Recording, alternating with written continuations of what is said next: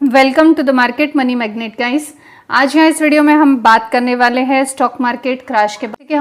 हम सबको पता है कि जो स्टॉक मार्केट का कल का यानी प्रीवियस क्लोजिंग था वो था 25,014 पे, और आज का अगर आपने ओपनिंग देखा होगा तो 25,084 का ओपनिंग था। यानी आज जो है पॉजिटिव में ही ओपनिंग हुई थी। जब शुरुआत हुई मार्केट की तो पॉजिटिव था, बट सडनली एक फ्लिप आया और मार्केट में हमें पूरा रेड, कुछ स्टॉक जैसे कि ओला इलेक्ट्रिक आप देखेंगे या बजाज फाइनेंस देखेंगे 7% की गिरावट ऐसे स्टॉक्स में हमें देखने को मिली जो कि न्यूली आईपीओ से इंट्रोड्यूस हुए थे। तो आज हम इस वीडियो में देखने वाले कि ये जो भरमसाठ गिरावट हुई है बहुत सारी, और वो भी सडनली पॉजिटिव से शिफ्ट होकर निगेटिव में, इसके पीछे का रीजन क्या है, टेक्निकल्स क्या कहते हैं कि ये कहां तक गिरावट हो सकती है, एक स्पाइक कहां आ सकता है, और अब हमारा व्यू इसमें क्या होना चाहिए। अब ये सारी चीजें देखेंगे तो आपको वीडियो के अंत तक बने रहना है। सबसे पहले तो हम देख लेते हैं कि निफ्टी और बैंक निफ्टी में आज कितने % की गिरावट हमें देखने को मिली है। यहाँ पर आप देख सकते हैं निफ्टी में करीबन 113 पॉइंट की गिरावट यानी 0.45% की गिरावट आज हमें देखने को मिली। जैसे कि हमने पहले भी आपको बताया कि यहाँ पे आप देख सकते हैं अपडेटेड 80.87% की गिरावट हमें जो है निफ्टी में देखने को मिल रही है, और ये at the time of closing वाली गिरावट है। अब यहाँ पे जैसे कि हमने आपको पहले भी बताया कि ओपनिंग तो 25,014.60 पे हुई थी, तो इस हिसाब से आप देख ही सकते हो 200 पॉइंट्स की गिरावट हमें निफ्टी में देखने को मिल रही है। वहीं अगर हम बैंक निफ्टी की बात करें तो बैंक निफ्टी में भी हमें गिरावट देखने को मिल रही है। वो भी आप यहाँ पे देख सकते हैं at the time of closing जो है 1.91% की गिरावट यानी 900+ पॉइंट की गिरावट हमें बैंक निफ्टी में भी आज देखने को मिली है। तो ये भी आप ये भी देख सकते हैं कि ये जो गिरावट है ये नॉर्मल नहीं है, 1% से ज़्यादा की गिरावट है, डेफिनेटली कंसिडरेबल है। और वही अगर हम सेंसेक्स की बात करें तो सेंसेक्स में भी हमें गिरावट देखने को मिल रही है, वो भी 600 पॉइंट से ज़्यादा की गिरावट हमें सेंसेक्स में देखने को मिल रही है। अब इन सब गिरावट के पीछे का रीज़न डेफिनेटली हमें जानना है, क्योंकि पहले मार्केट का जो ओपनिंग हुआ था ये कंपैरेटिवली कल के क्लोजिंग से ज़्यादा हुआ था, प्लस में हुआ था, लेकिन बाद में मार्केट प्लस पे सस्टेन नहीं रह पाया और मार्केट में एक अच्छा खासा गिरावट हमें देखने को मिली। तो इसके पीछे का कॉज भी हम जानेंगे। यहाँ पे जो first and most important cause रहा है वो रहा है ये फॉरेन पोर्टफोलियो इन्वेस्टर्स जो है एफपीआई, इनका सेल ऑफ हमें बड़ा देखने को मिल रहा है, और ये बड़ा सेल ऑफ जो है ये एक बहुत इम्पॉर्टेंट रीज़न रहा है इस गिरावट के पीछे का। उसके अलावा जो एनएसडीएल है, एनएसडीएल का जो डाटा आया है वो ऑफलोडेड देखने को मिला है इंडियन इक्विटी से कंसर्न में। एफपीआई जो है इसने 27,142 करोड़ जस्ट पहले 3 दिनों में विड्रॉल कर लिए हैं। अक्टूबर के पहले 3 दिनों में एफपीआई ने जो है 27,142 करोड़ के जो है ऑफलोडिंग कर ली है। अब ये चीज़ के चलते हम डेफिनेटली बोल सकते हैं इकोनॉमिक और फाइनेंशियल मार्केट जो है दोनों भी इसमें जो है इफेक्ट देखने को मिल रहा है, और जो कि निफ्टी को ड्रिवन करने में सबसे मेन उनका पार्ट हमें देखने को मिलता है आईटी और फाइनेंशियल्स जो है। उसके अलावा जो चाइनीज़ मार्केट है वहाँ पे गेनिंग देखने को मिली है अच्छी खासी। अब यहाँ पे गेनिंग होने की वजह से हम बोल सकते करीबन 15% की गेनिंग वहाँ पे भी देखने को मिली है, आप यहाँ पे देख सकते हैं। और चाइनीज़ मार्केट यानी हम ये कहीं ना कहीं कंसिडर करके चल सकते हैं कि चाइना का जो भी इक्विटी में हमारे इन्वेस्टमेंट था उन्होंने वो ऑफलोडिंग किया है, और 27,000 करोड़ से ज़्यादा का था, और वो वहाँ पे उनका ट्रांसफ़र होने की वजह से वहाँ का मार्केट 15% जो है ये अच्छा खासा जंप कर गया, 12% भी जंप किया है, और 15% भी अलग अलग इंडेक्स जो है शंघाई जो था शंघाई इंडेक्स वो 21% से जो है ऑफलोड हुआ या हैंग हुआ है और जंप किया है। और उसके अलावा जो है हैंगसेंग इंडेक्स जो था वो हैंगसेंग इंडेक्स जो है 15% से वहाँ पे हमें देखने को मिल रहा है जंप किया है, और ये दोनों इंडियन मार्केट से अपनी इक्विटी उन्होंने विड्रॉल करने की वजह से होता हुआ हमें देखने को मिला है। तो एफपीआई का सेलिंग ये प्राइमरी फैक्टर रहा है कि हमारा मार्केट यहाँ पे गिर रहा है कंटिन्यूअसली। क्या इसके अलावा भी कोई रीजन है कि मार्केट को जो ड्रैग डाउन कर रहा है। तो मैं आपको यहाँ बताना चाहूंगी कि उसके अलावा जियोपॉलिटिकल जो टेंशन है एग्जिट पोल का, वो भी यहाँ पे एक कॉज बना है। हरियाणा और जम्मू कश्मीर के जो इलेक्शंस है उनका एग्जिट पोल का डाटा आज आया और इस एग्जिट पोल के डाटा के चलते मार्केट को वो पसंद नहीं आया और मार्केट हमें तुरंत ही डाउन होता हुआ देखने को मिले, क्योंकि जो एफपीआई का जो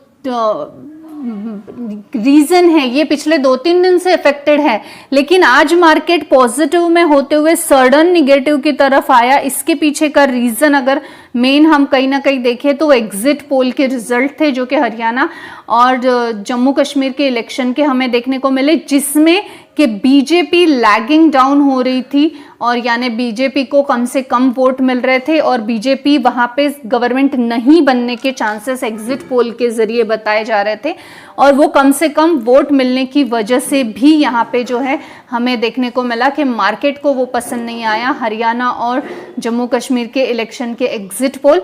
यानी आप सोच सकते हो कि एग्जिट पोल का डाटा भी इफेक्ट करता है, यानी कितनी बड़ी बात है ये भी कि मार्केट कितना सेंसिटाइज है और इसके चलते मार्केट में जो है ये नेगेटिविटी हमें देखने को मिली, जिसका ये एक कारण और रहा है। तो बेसिकली अगर हम बात करें तो मेनली हमें यही कॉज देखने को मिल रहा है आज सडन मार्केट डाउन का, जो कि हमको पहले भी पता था कि चाइना जो स्टिम्युलेट कर रहा है pulling FIIs money out of the Indian market, वो तो एक रीजन सबसे बड़ा रहा ही है, लेकिन जो मेन रीजन सेकंड रहा है वो हरियाणा और जम्मू कश्मीर के एग्जिट पोल का रिजल्ट रहा है, जिसमें हमें देखने को मिल रहा है कि बीजेपी को एक्सपेक्टेडली वोट नहीं मिल रहे और ये भी एक फियर फैक्टर बन गया और जिसकी वजह से मार्केट में जो है फटाफट गिरावट देखने को मिली। इसके अलावा कोई रीजंस है क्या? तो हाँ, जो इजराइल और ईरान का वॉर का एक्सेलेटिंग टेंशन चल रहा है ना, एक्सेलेटिंग हो रहा है, कभी वॉर होने वाली है, कभी नहीं होने वाली, कभी कुछ, तो ये भी एक कॉज है कि मार्केट में जो है अनस्टेबिलिटी देखने को मिल रही है। और सेबी ने जो रूल डेरिवेटिव्स को लेके टाइट किए हैं वो भी एक कॉज डेफिनेटली बना है, जिसके चलते मार्केट थोड़ा सा अप एंड डाउन है। क्रूड ऑयल के प्राइसेस भी बढ़ रहे हैं, वो भी एक रीजन रहा है। लेकिन हम इसको प्रैक्टिकली देखेंगे एक बार। यहाँ पे जो हमने निफ्टी 50 का चार्ट ओपन कर लिया है, आप यहाँ देख सकते हैं कि हम 15 मिनट के कैंडल्स में देख रहे हैं। यहाँ पे जो एक जोन बना हुआ है आप यहाँ पे देख सकते हैं 795 24,795 पे बना हुआ है और इस सपोर्ट जोन से हमें पता चलने वाला है कि मार्केट यहाँ से, जैसे आप देख सकते हैं यहाँ से मार्केट ने बाउंस बैक किया था, इस जोन पे आके फिर से एक नया हाई बना लिया। यहाँ से अगर मार्केट कल ओपन होके नीचे कैंडल बनती है या बाउंस बैक करके गैप अप होके ऊपर कैंडल बनती है, इस पे डिपेंड करने वाला है कि मार्केट अब कहाँ जाएगा। अगर मार्केट इस सपोर्ट जोन के नीचे आया, हो सकता है यहाँ पे रीटेस्ट करे और फिर नीचे आए, तो नीचे आएगा तो 23,835.65 तक मार्केट नीचे ड्रैग डाउन हो सकता है। और अगर यहां से थोड़ा सा रीटेस्ट करके ऊपर चला गया तो हो सकता है कि वापस यहां से 26,000 तक भी जाए या रिटेस्ट करके ऊपर भी जाए। अब जैसे हालात हमें देखने को मिल रहे हैं कंट्री के और जियोग्राफिकली हम पूरी बात करेंगे तो उस तरह के, तो हो सकता है मार्केट में थोड़ा सा रिटेस्ट होके मार्केट संभल जाए। अब मार्केट थोड़ा सा संभलने के चांसेस डेफिनेटली है, यहाँ पे रिटेस्ट होके फिर से बाउंस बैक करने के चांसेस डेफिनेटली है, लेकिन इट्स डिपेंड, ये बोलते नहीं आएगा। तो आपको जब यहाँ पे बाइंग कब अपॉर्चुनिटी बनेगी, अब हम वो बात करेंगे कि मार्केट तो गिरने वाला है, मार्केट में रिटेस्ट होने वाला है या नहीं, मार्केट लेकिन करेक्शन में है। ये बात तो हमने महीना भर पहले ही बोल दिया था आपको कि मार्केट जो है अच्छा खासा करेक्शन दिखाएगा या बैंक्रप्सी आएगी या मार्केट में अभी पूरे चांसेस है कि मार्केट गिरने वाला है। तो ये चीज तो हमको 2 महीने पहले से पता थी, लेकिन हमें बाय कब करना है, हमें अब ये चीज को डिसाइड करना है, क्योंकि अच्छे अच्छे स्टॉक्स हमें अभी करेक्शन में देखने को मिल रहे हैं, 6% 7% तक के भी देखने को मिल रहे हैं। आपको वेट करना है कि यहाँ पे अभी मार्केट क्या करता है, रीटेस्ट करता है मार्केट और ऊपर जाता है, या मार्केट एक हल्का सा रीटेस्ट करके नीचे आता है। अगर मार्केट नीचे आया तो आपको यहाँ तक वेट करना है थोड़ा सा, क्योंकि यहाँ पे मार्केट ने 2 बार रीटेस्टिंग दिखाई है, तो यहाँ से मार्केट संभलने के चांसेस है। लेकिन आपको यहाँ पे जब मार्केट अगर नीचे आ गया तो आपको वेट करना है, थोड़ा सा रीटेस्ट करके ऊपर स्टेबल हो गया तो आपको यहाँ पे यानी करीबन 25,200 के आसपास भी आता है, या 25,000 तक भी मार्केट आता है, तो आपको बाय करने की अपॉर्चुनिटी वहां पे इजीली मिलेगी। फिलहाल चांसेस मार्केट के रीटेस्ट होके थोड़े से संभलने के हैं, लेकिन संभल के गिर भी सकता है, ऐसा नहीं कि गिरेगा नहीं, लेकिन फिलहाल थोड़ी संभल हमें देखने को मिलती है कि मार्केट रीटेस्ट होके थोड़ा संभल जाएगा। गिरावट के माहौल क्या है, मार्केट तो गिरेगा, रीटेस्ट हो चाहे फिर पूरा सीधे सीधे डाउन आए, या हो सकता है रीटेस्ट करके फिर से एक नए हाई पे जाए। ऐसे में हमें सिर्फ शांति बनाए रखनी है, हमें एग्जिट करना, स्टॉक्स बेच देना, पोर्टफोलियो को जीरो कर देना, ये सब करने की कोई ज़रूरत नहीं है अगर आपने फंडामेंटली स्ट्रॉन्ग स्टॉक्स बाय किए हैं तो।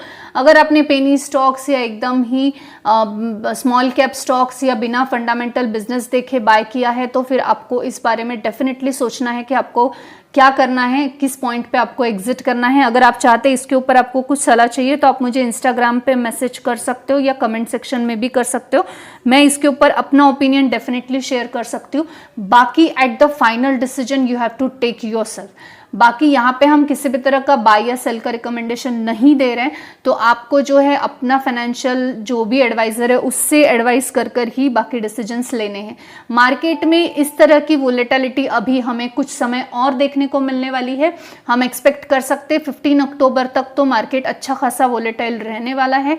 उसके बाद थोड़ी बहुत चांसेस हमें देखने को मिलते हैं कि थोड़ा बहुत संभालना मार्केट को, हम मार्केट को संभलता हुआ देख सकते हैं। टिल दैट आपको शांति बनाए रखनी है। आपको अपने पोर्टफोलियो को, अगर स्ट्रॉन्ग स्टॉक है तो शांति से हम एक्सपेक्ट कर सकते हैं कि जितना क्रैश हो उतने अच्छे अच्छे स्टॉक्स हम कलेक्ट करके बाय कर ले, और जितना भी मार्केट में क्रैश आए, मार्केट फिर से रिकवर करता है तो पोर्टफोलियो को जीरो बनाने की कोई भी ज़रूरत नहीं होती। आई होप आपको इन्फॉर्मेटिव लगी होगी। Thanks for watching.